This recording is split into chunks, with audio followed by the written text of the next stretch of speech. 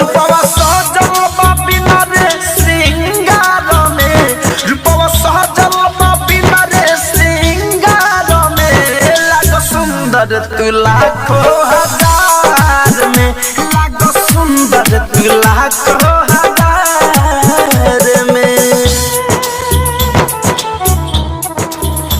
अरे जान तार कितना बड़ाई करिया हो,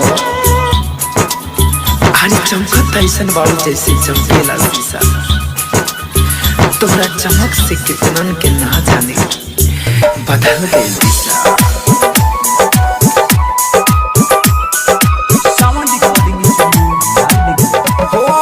चेहरा लगेला जैसे चमके मरद कहरी, हमारा बुझालू इंद्रासन के पहरी,